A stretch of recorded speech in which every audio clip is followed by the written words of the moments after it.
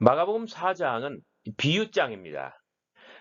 역사적 예수의 가르침에 있어서 비유야말로 예수님의 가장 큰 특징이 나타나는 예수님의 대표적인 말씀이라고 알려져 있습니다. 그렇다면 마가복음 4장은 예수님의 비유를 얼만큼 잘 보존했고 또 거기에 대해서 자신은 어떻게 이해했을까요? 마가복음 4장에 나와 있는 세 개의 비유를 중심으로 해서 역사적 예수의 비유와 그리고 마가의 손길, 마가의 이해, 이러한 부분을 차별화해서 이해하는 것을 이 강의의 목적으로 하겠습니다. 4장 3절부터 9절까지 먼저 한번 읽어볼까요? 들으라, 보라, 씨를 뿌리는 자가 뿌리러 나가서 뿌릴새, 더러는 길가에 떨어짐에 새들이 와서 먹어버렸고, 더러는 흙이 얇은 돌밭에 떨어짐에 흙이 깊지 아니하므로 곧 싹이 나오나 해가 돋은 후에 타서 뿌리가 없으므로 말랐고, 더러는 가시떨기에 떨어짐에 가시가 자라 기운을 막음으로 결실치 못하였고, 더러는 좋은 땅에 떨어짐에 자라 무성하여 결실하였으니 30배나 60배나 100배가 되었느니라. 또 이르시되 들을 귀 있는 자는 들으라 하시니라. 자, 우리말 번역에서 보라라는 말이 빠져 있습니다. 예, 들으라, 아쿠에테. 네, 보라, 이두. 원어 성경에 분명히 이두라고 번역이 되어 있습니다만은 영어로는 보통 behold 이렇게 번역을 하죠. 그런데 우리말 번역에서는 빠뜨렸어요. 왜 이 말이 왜 중요한지 제가 오늘 조금 이따와 그 다음에 다음 주 강의에서 여러분들에게 분명하게 말씀을 드리겠습니다.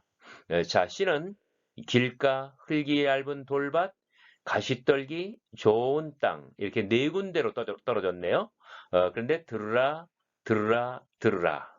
자, 들으라는 명령이 세 번 나오고 보라라고 하는 명령이 한 번 나옵니다. 자, 씨는 더러는 이렇게 그 다음에 더러는 이 네 번 다 더러는이라고 번역이 됐네요. 좋은 번역일까요? 한번 살펴보도록 하겠습니다. 예수의 비유 어떤 특징을 갖나? 제가 말씀드렸죠? 이 비유야말로 정말 단 한 가지 가장 큰 예수님 가르침, 예수님 말씀의 특징을 나타내는 것이 있다고 한다면 그것은 바로 예수님의 비유입니다. 그럼 역사적 예수의 비유는 어떤 특징을 갖나? 지금까지 학계에서 이것이 바로 예수의 비유다. 예수의 비유들은 모두 이런 특징을 갖는다. 네, 그러한 점들을 그렇게 지적된 점들을 여러분들에게 말씀드리겠습니다. 자, 첫째, 예수님의 비유는 여느 사람의 일상적인 것을 말합니다. 그럼 예를 들어서 뭐 학생들은 아침에 일어나서 학교에 가죠. 학교에 갈 때는 뭐 지하철을 탈 수도 있고 기차를 탈 수도 있고 버스를 탈 수도 있고 걸어 다닐 수도 있고 뭐 그냥 이런 거예요. 주부는 가정 일을 하고 뭐 또 어떤 젊은이는 회사에 가고 그냥 모든 사람들이 매일매일 어떤 살아가는 그런 어떤 행동의 이야기거든요. 그래서 여느 사람의 일상적인 경험, 그냥 보통 사람이에요. 누구나 겪고 있는 그런 이야기.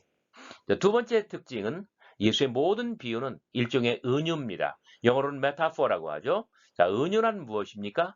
은유란 전혀 다른 어떤 이질적인 두 가지 성격을 나란히 놓아서 이것과 저것과 이것 사이에 의미를 공유하게 만드는 거예요. 의미가 왔다 갔다 하도록 하는 거예요. 그러니까 뭐 제가 한번 설명한 적이 있나요? 침몰하는 국민당 그러면 정주영 할아버지의 어떤 정치 정당 이름이에요. 그런데 이 침몰한다라고 하는 것은 바다의 일이죠.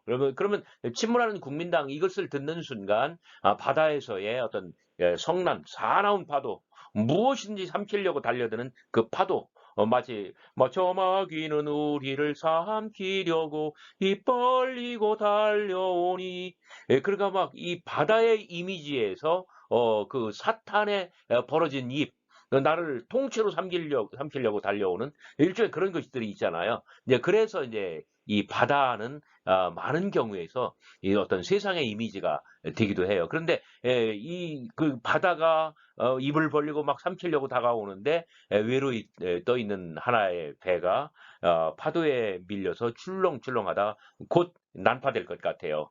침몰하는 국민당을 하면 정당의 이야기지만 그런 그 파도에 휩쓸려서 이 소멸하는 것. 일종의 이제 그런 이미지. 정당과 이 파도, 두 개, 정당과 바다, 이 두 개의 전혀 다른 것을 나란히 놓았을 때에 그렇게 의미가 소통되고 또 공유된다는 거예요. 일종의 은유란 그런 것입니다. 그래서 예수님께서는 하나님의 나라를 이 세상의 그 무엇, 좀 아까 말씀드린 일상적인 것. 자, 하나님의 나라와 일상적인 것이 나란히 놓이는 거예요. 그래서 하나님의 나라는 예수님 시대의 여느 사람, 보통 사람들의 일상적인 경험을 통해서 이해되고 소통되고 그런 특징이 있다는 점이죠. 자, 세 번째 특징은 무엇입니까? 예수님의 모든 비유는 내러티브로 되어 있습니다. 내러티브, 우리말로는 이야기라고 번역을 하죠. 그래요. 그러면 이야기라고 할 때는 시간과 공간, 어떤 배경이 설정됩니다. 언제, 어디서. 근데 거기에 누군가 나와요. 등장인물. 누군가 나오면 그 사람이 어떤 사건을 일으키죠. 그렇죠? 그러면 그 사건의 연속, 그러면 그 이야기의 줄거리, 그런 것을 우리가 이 플롯이라고 해요. 자, 이 세 가지 특징, 예수의 비유는 일상적인, 보통 사람의 일상적인 경험을 소재로 하고, 그것을 하나님의 나라와 나란히 놓아서, 뭔가, 어떤 그 이야기가 되게 하고, 이야기를 통해서 사건을 만들어내고. 자, 그렇다면 네 번째 특징은 무엇일까요? 자, 플롯입니다. 자, 사람이 등장한다, 사건을 일으킨다. 그러면 그 사건에 대한 이야기이기 때문에 이야기의 줄거리가 서죠. 그것을 우리가 플롯이라고 부르는데 이야기의 플롯은 어떻게 전개되느냐? 이것은 언제나 예상치 않은 전환을 일으킵니다. 그러니까 뭐 이야기가 잘 나가다가 삼천포로 빠진다든지, 좀 약간 부정적인 비유를 해서 죄송합니다. 예상치 않은 전환, unexpected turn. 요 말을 잘 기억해 주시기 바랍니다. 그래서 일상적인 경험으로 시작을 했지만 일상적인 경험을 넘어서는 과격하게 초월하는 그 어떤 예상치 못하는 그런 결말을 맞아요. 그래서 예수님의 비유들에 나타나는 하나의 그 정서는 뭐냐면 유머 센스, 그다음에 서프라이즈 이런 거예요. 그래가지고 이쪽으로 쭉 하려고 했는데 아무것도 안 돼서 저쪽으로 갔어요. 뭐 일종의 이런 거예요. 근데 뭐 예를 들면은 그 성탄절이 가까우면 그 뭐랄까요? 그 성탄절 이브 뭐 이럴 때에 그 어떤 할아버지가 와요? 산타 할아버지가 와요. 그럼 보따리에 선물이 잔뜩 있어요. 그래가지고 모든 사람은 착한 아이에게 선물을 줄 알았어요. 뭐 우는 아이, 뭐 울면 안 돼, 뭐 그런 캐럴도 부르잖아요. 근데 이 할아버지는 그 값진 선물, 그 좋은 선물을 모두 다 누구한테 줬냐면 우는 아이, 나쁜 아이한테 다 주고 가요. 바로 이것이 뭐냐면 사람들이 그 허탈하게 웃어요. 그리고 정말이야? 하고 놀라요. 자, 요런 것들이 예수님의 비유에 공통적으로 나타나는 거예요. 나타난다는 거예요. 당대에 예를 들면은 바리새인이 착합니까? 아니면 세리나 죄인이 착합니까? 바리새인이 착하죠. 왜 율법을 지키려고 하니까. 자신의 생활을, 그다음에 자기의 인생을, 삶을 송두리째 정결하게 만들려고 하잖아요. 하나님의 거룩함을 담는다고. 근데 거기에 비해서 이 세리나 죄인들은 어때요? 그렇게 못하잖아요. 그런데 예수님은 하나님의 나라를 누구의 것이라고 해요? 바리새인들? 아니, 세리와 죄인들 거라고 하잖아요. 그래서 레위의 식탁 그 이야기를 보면은 어떤 하나님의 나라가 밥상머리, 식탁에 구현되는데 거기에 앉은 사람들이 다 누구예요? 세리와 죄인들이에요. 자, 이렇게 이 산타 할아버지는 우는 아이, 나쁜 애에게 선물을 주고 간다는 거예요. 그러니까 사람들이 와, 아이고 허풍쟁이. 진짜야? 뭐 그러고 에이 태태태태 하고 이제 그 손 털고 이렇게 등 돌리고 가는데 갑자기 이 뒤통수에 뭐가 땡기는 것 같아. 근데 그 말이 맞거든, 예수님 말씀이. 예, 그 바리새인들은 착한 사람으로 알려져 있지만 저들의 정결이라고 하는 것, 그런 것들은 너무나 형식주의거든요. 근데 오히려 그 세리 죄인들 이런 사람들이 이게 사회에서는 손가락질 받고 지탄받지만 그런데 오히려 그들에게 어떤 그 진정성이 있거든요. 그들이 회개하고 올 때는 정말 하나님 나라에 적합한 사람들이 될 수 있단 말이죠. 자, 이렇게 일상적인 경험을 하나님의 나라와 나란히 놓음으로써 은유가 되도록 만들고 그것이 하나의 이야기 사건으로 이야기로 전개되는데 이것은 조마카 산타 할아버지가 우는 아이에게 선물을 주는 것처럼 예상치 않은 전환을 통하여 아, 우리의 어떤 생각, 관념, 통념, 세상 모든 사람들의 상식, 모든 사람들의 일상적인 경험을 초월하는 그 어떤 이 결말에 도달한다는 점이에요. 자, 이런 네 가지가 예수님의 그 한 35가지 비유들의 공통된 특징입니다.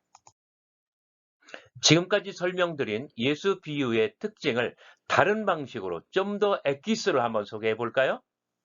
그것은 한마디로 말해서 세계의 전복입니다. 예수님의 비유는 세계 전복의 기획이라고 소개할 수가 있어요.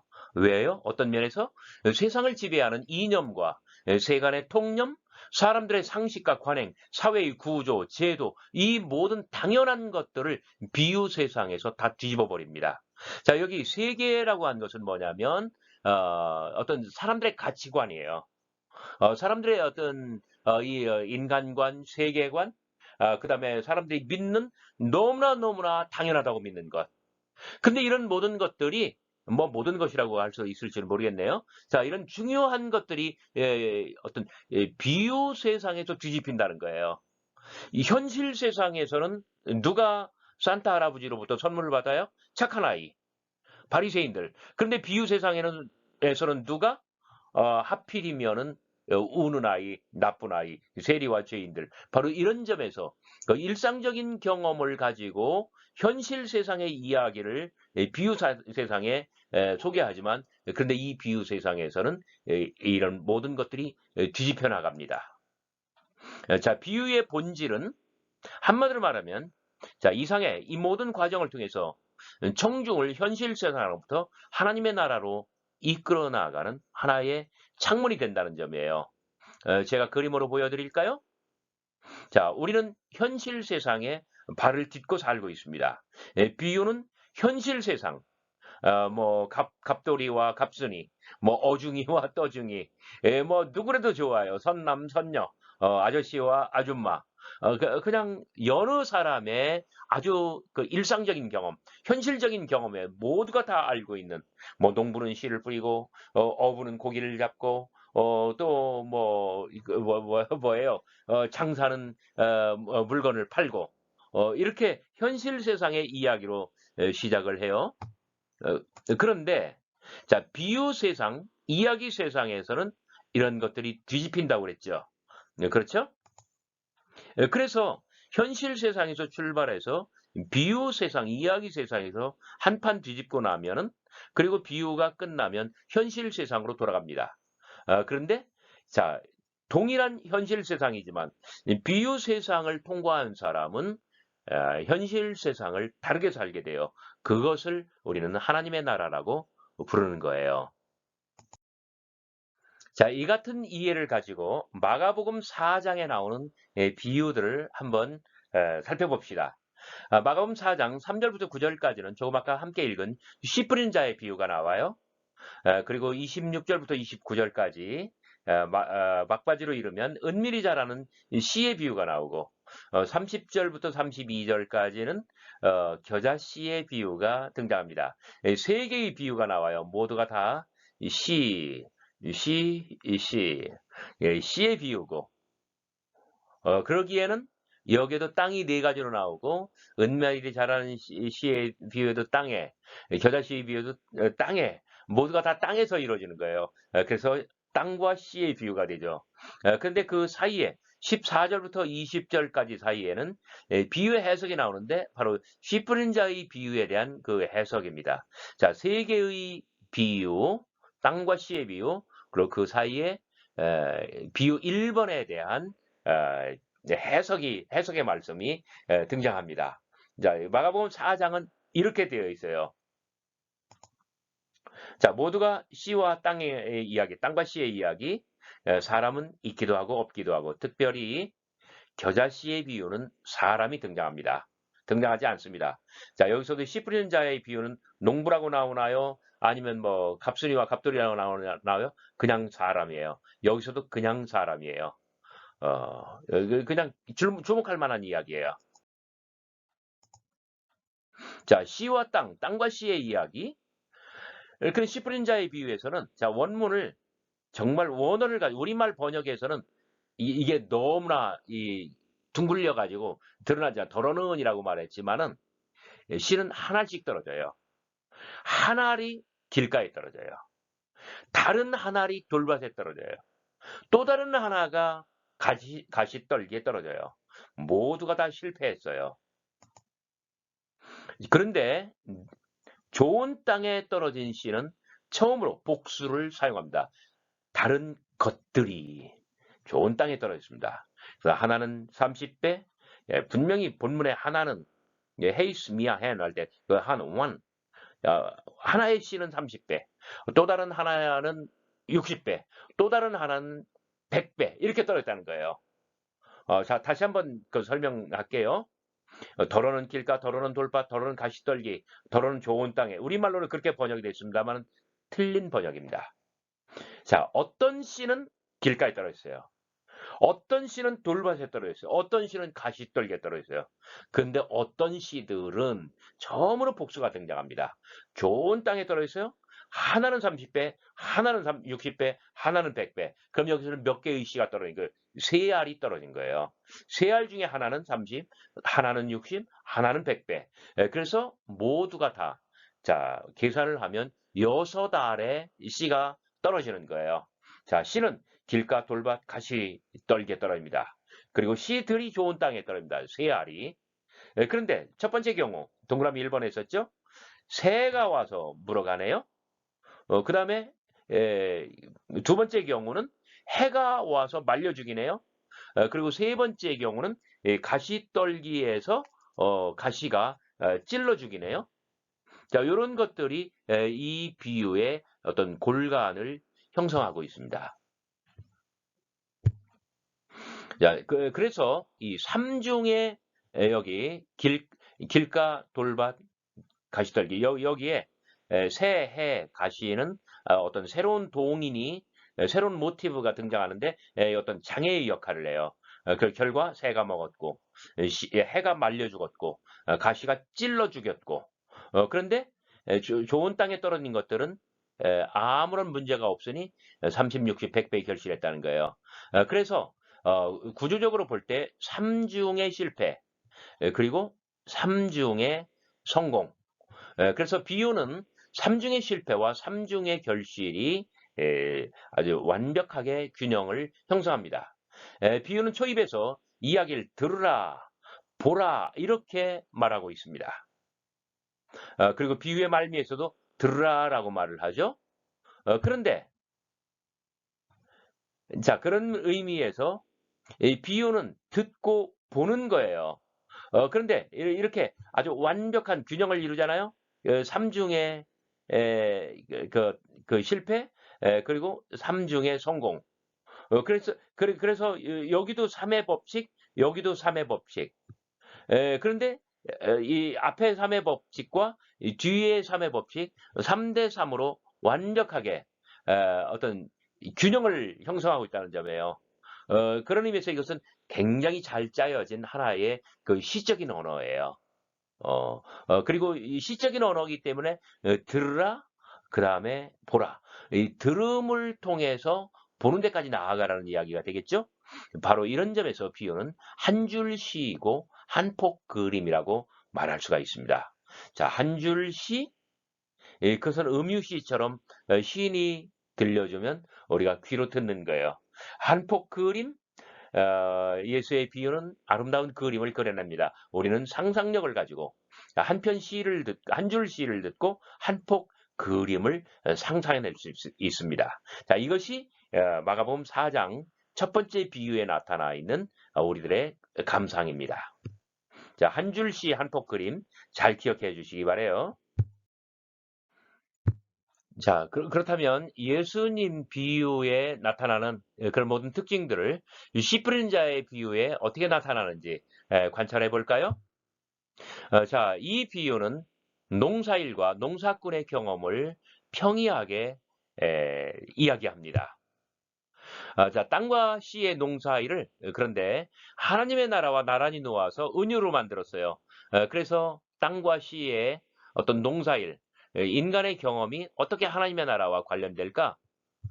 자, 셋째, 각각의 땅에 떨어진 이 씨의 운명과 결과를 하나의 이야기로 만들었잖아요. 그런데 사람들은 무엇을 기대했을까요? 아주 대풍, 100배, 400배, 700배, 800배.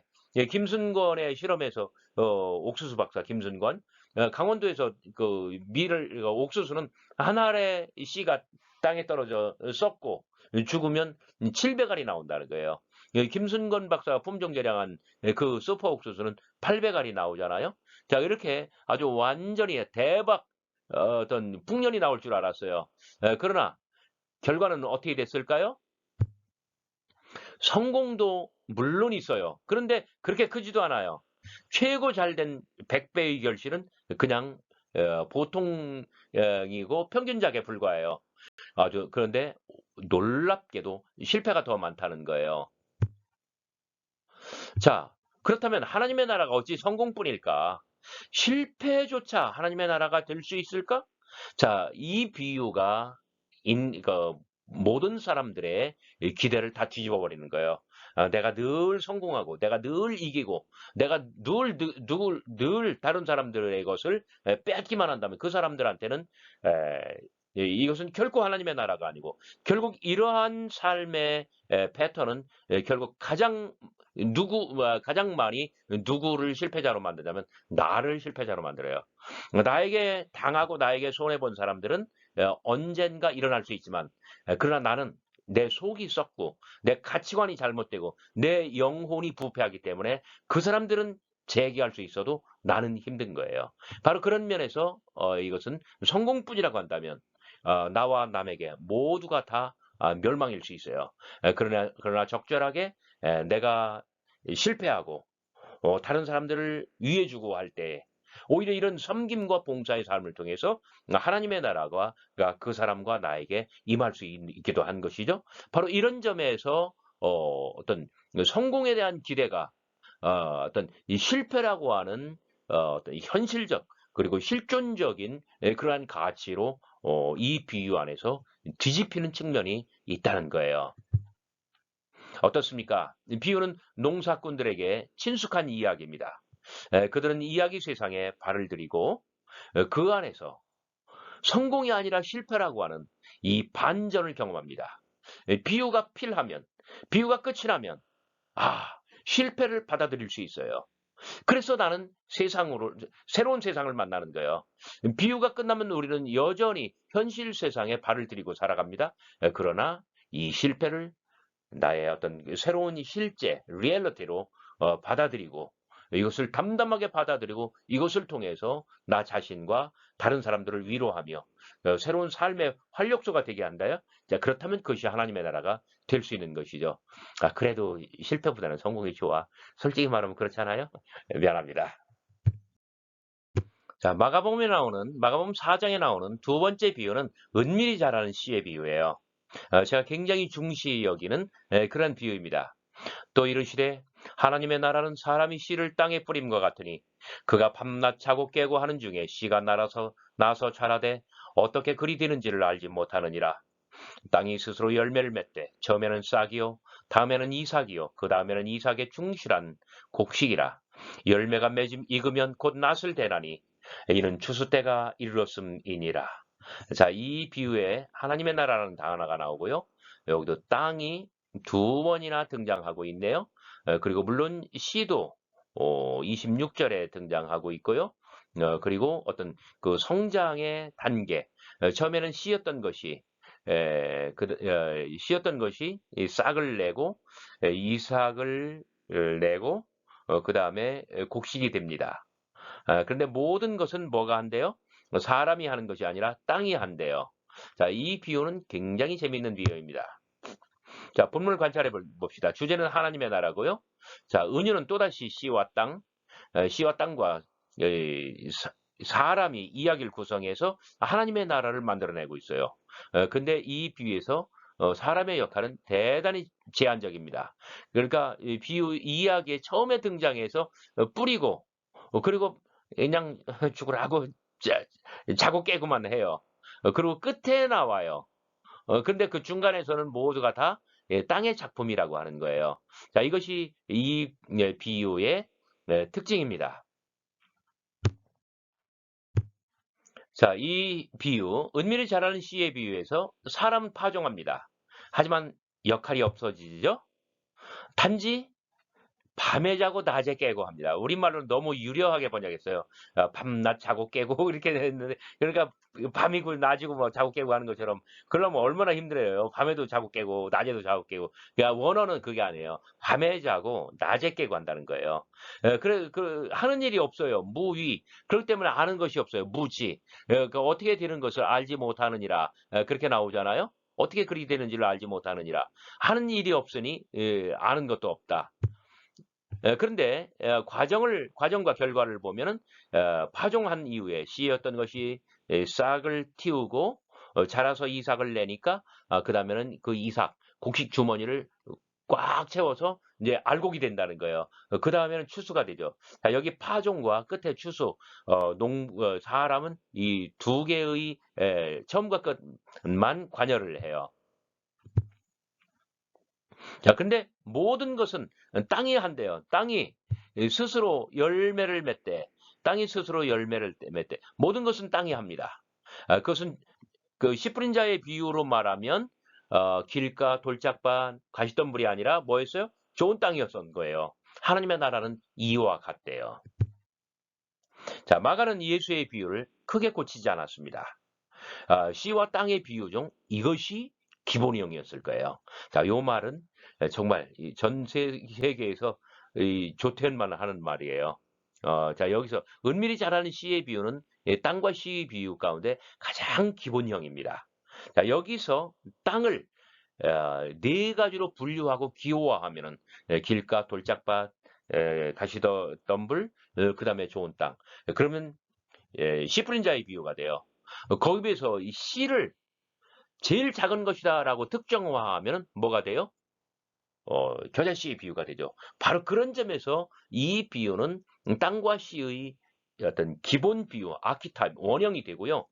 그리고 땅과 씨로 구성된 이 일군의 비유들, 거기서부터 어떤 돈과 경제의 비유, 또 거기서부터 빵과 식탁 교제의 비유, 뭐 이런 것들로 이제 발전해 나가는 거예요. 그래서 이 은밀히 자라는 씨의 비유야말로 35가지 예수님의 비유 가운데 진짜 이게 원형이다라고 저는 판단하고 있는 거예요. 자, 겨자 씨의 비유. 마지막 비유죠. 또 이르시되 우리가 하나님의 나라를 어떻게 비교하며 또 무슨 비유로 나타낼까? 겨자 씨 한 알과 같으니 땅에 심길 때는 땅 위의 모든 씨보다 작은 것이로되 심긴 후에는 자라서 모든 풀보다 커지며 큰 가지를 내나니 하늘의 새들이 그 그늘에 깃들일 만큼 되느니라. 우리말로는 공중이라고 번역을 했습니다만은 하늘이 더 옳습니다. 자, 본문을 관찰해 보면 주제는 역시 하나님의 나라입니다. 또다시 땅과 씨의 관계예요. 이 비유에는 사람도 등장하지 않습니다. 이번에는 씨 중에서 겨자씨, 제일 작은 것으로 등장시켰네요. 그렇기 때문에 너무나 하찮아서 기대할 것도 없어요. 자, 앞서는 은밀히 자라는 씨의 비유에 비하면 이 비유에서는 이 씨를 겨자씨로 특정했고, 그다음에 작은 씨라 하더라도 아무리 작고 초라한 것, 제일 형편없는 것, 기대할 수 없는 것, 그럼에도 불구하고 땅은 싹을 틔우고 성장케 합니다. 자, 아까 조금 전 은밀히 자라는 씨에 비해서 사람은 그 땅과 씨를 만나게 하고 그뿐이에요. 그러면 모든 것은 무엇이 한다고요? 땅이 한다고요. 자, 여기에서도 그렇게 돼요. 땅은 싹을 틔우고 성장시킵니다. 자, 이번에도 씨 뿌린 자의 비유로 말하면 이 길가 아니에요. 돌짝밭 아니에요. 가시덤불 아니에요. 좋은 땅이에요. 역시 땅이 합니다. 자, 겨자초는 가지를 내고 그림자를 들이웁니다. 그러면 하늘의 새를 부릅니다. 제가 아까 공중의 새라고 돼 있는 것을 우리말로 번역이 된 것을 하늘의 새라고 했는데 왜냐하면 투 우라노스가 하늘이란 뜻이거든요. 물론 공중이라는 뜻도 있어요. 그런데 이 비유에서 보세요. 자, 땅이 두 번 나왔잖아요. 땅과 짝을 이루는 것은 하늘이잖아요. 자, 하늘이라고 번역할 때에 바늘이라고 번역할 때 어떤 결과가 나오냐면 이 새의 의미가 달라지는 거예요. 자, 마가는 이 비유조차도 원형을 굉장히 많이 간직하고 있습니다. 유지시키고 있습니다. 씨 뿌린 자의 비유는 상당히 변했어요. 거기에 비하면 은밀히 자라는 씨의 비유와 겨자 씨의 비유는 땅과 씨 그리고 하늘, 자연 자, 이런 것들을 통해서 예수님께서 하나님의 나라를 가르쳐주는 그런 어떤 카테고리에 속한다고 볼 수가 있죠. 자, 땅에 임한 하늘. 새는 하늘에서 옵니다. 새는 하늘을 상징하거든요. 자, 모든 것을 땅이 한다면 하늘을 부르는 것은 바로 땅이 됩니다. 땅이 하늘을 부르네요. 하늘은 새처럼 금방 날아오는 거 보셨죠? 날개를 펴고 나무 아래 땅에 임합니다. 하나님의 나라는 이와 같습니다. 새는 그 그늘에 깃을 들입니다. 어디에? 그 가지 그늘에. 그러면 그게 어디가 돼요? 땅이잖아요. 땅에 둥지를 틀고 자기의 어떤 거처를 마련해요. 이것은 하늘이 땅으로 내려오는 모습입니다. 예수님께서는 정말 하나님의 나라가 이렇게 새처럼 땅으로 임하는 그러한 비전을 가지고 계셨던 거예요. 자, 그렇다면 비유, 예수와 마가 사이 오늘 제 강의의 결론입니다. 씨 뿌린 자의 비유에 등장하는 새가 와서 길가에 떨어진 씨를 먹었잖아요. 지금 방금 전에 이 겨자씨 비유로 말하던 이 새와 이 새, 바로 요 새, 같은 새일까 다른 새일까? 앞에 새는 해석의 말씀에 의하면 뭐예요? 말씀을 빼앗아가는 사탄이래요. 근데 이 새는 뭐예요? 장엄하게 날개를 펴고 땅으로 내려와서 사람들에게 하나님의 나라를 경험케 하는 바로 그 새가 아니겠어요? 자, 새 비유 중에 예수 비유의 특징이 가장 많이 보존된 것은 어느 비유일까요?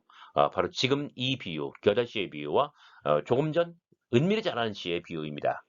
새 비유와 알레고리적 해석 가운데 마가의 특성이 가장 많이 나타내는 본문은 무엇일까요? 바로 알레고리적인 해석입니다.